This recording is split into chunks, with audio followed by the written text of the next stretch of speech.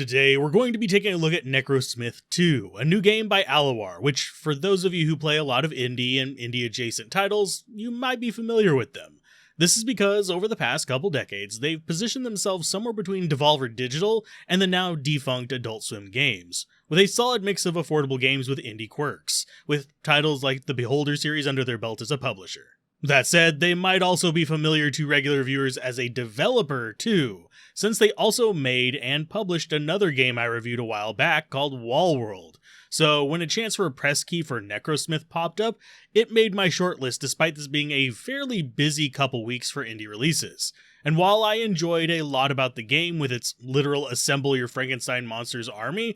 there was one major issue that really kept me from sticking with it past the 10-hour mark, in spite of enjoying the majority of the game's ideas. Namely, the game is a grind fest, and this is not in the way that most roguelites are, where each run you make a little bit of progress towards your goal, and instead more you will hit walls and have to grind multiple runs to get a single upgrade. Though at least in my playthrough, this is not something you will really notice until you reach the second stage, because of the weird pacing of the difficulty spike in the second world, and the heavy scaling costs of upgrades to your abilities, as well as the damage output of enemy titans. That said, this is something that they've been changing with updates leading up to release, as you can see by the changing numbers by the early pressed access text in the bottom right. If it wasn't for that, I would have almost suspected the game was just getting harder as you do more runs. But instead, I think they were tuning up the initial zone difficulty and boss damage with each and every patch. This was especially noteworthy since in the earliest patches, I usually had much longer to deal with the bosses hitting the base than in the latest patches. This, combined with a notable lack of damage output from most low to mid units, really makes this a lot more difficult. This really is a shame, since short of the somewhat mediocre unit AI, the game's concept and even gameplay is actually really fun, especially if you enjoy incremental or auto-battler style games, since this almost falls in the category of an RTS variant of those, since you assemble your minions out of the body parts and assign them to tasks, such as defending the tower, attacking enemy units or enemy structures, going out and gathering resources, or just defending the point you walk them to under manual control. Which, yes, you can control the movement of one minion at a time with manual controls.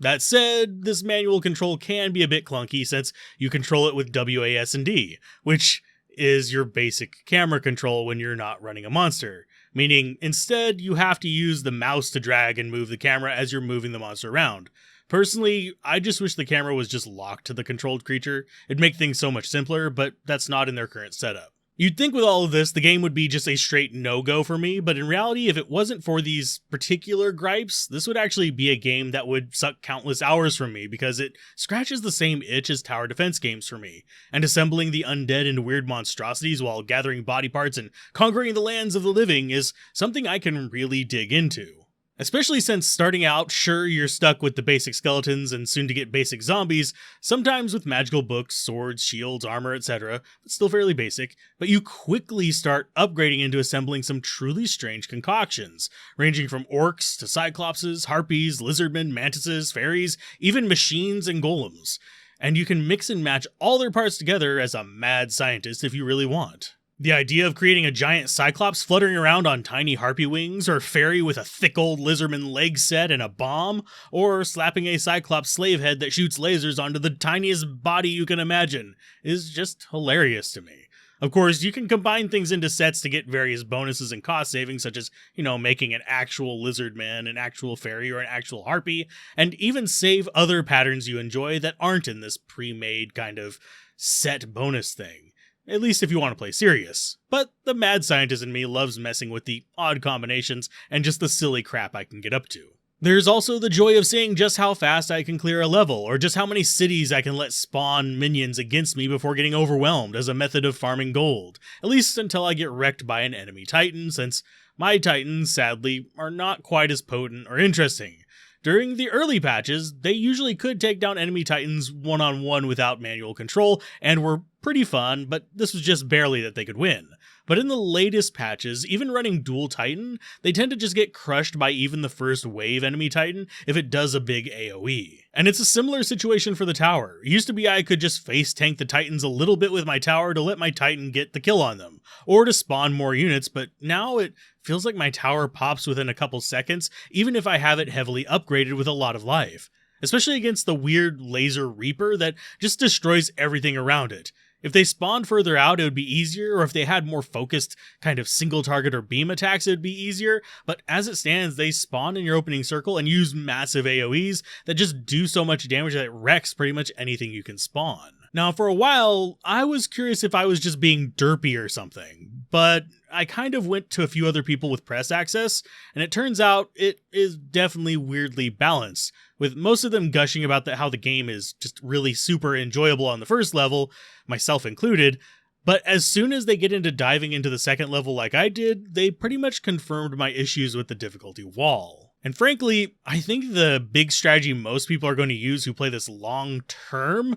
will be just dump hard into spells, since that's weirdly much more consistent damage and much easier to deliver without having to spend all your spare bodies to resurrect 4 or 5 titans to fight off one enemy titan because they keep popping before they can do more than one attack. That, and they scale kind of similar to the different tiers of monsters in that there's a massive jump between each group, so you can just kind of keep those upgraded and one-shot enemy castles. Now that gameplay rant aside, Necrosmith also does have a bit of a story, though I can't say I really connected much with it, mostly because it follows the pattern similar to Wall World, where you have the opening cutscene that explains the situation, but a lot of interim story is told in the meta progression hub. So since I kind of checked out after 10 hours thanks to the grind, I honestly couldn't tell you most of it beyond that outside of the banter between you and your cat. This, however, isn't a flaw with the game, since Wall World, like I said, had similar storytelling methods. I just engaged with that better than this, because it kept my attention more. So overall, I think Necrosmith 2 is generally more enjoyable than the first game, and has a lot of really cool mechanics that I could love to explore further, and probably will explore them further after releasing this video, just to play with those mechanics, but doubt I'll bother pushing through to beating the game simply because of the weird pacing of difficulties. And if it seems interesting to you too, I would probably follow it or add it to your watch list to check on patches that maybe fix this difficulty curve and make it less extreme. And I really do hate saying that about such a fun concept and a well done game. It's actually got really good pixel graphics, really good music, really good concepts, and it would be a ton of fun if they balanced it properly. And this has happened for 2 different games in a row from 2 different developers.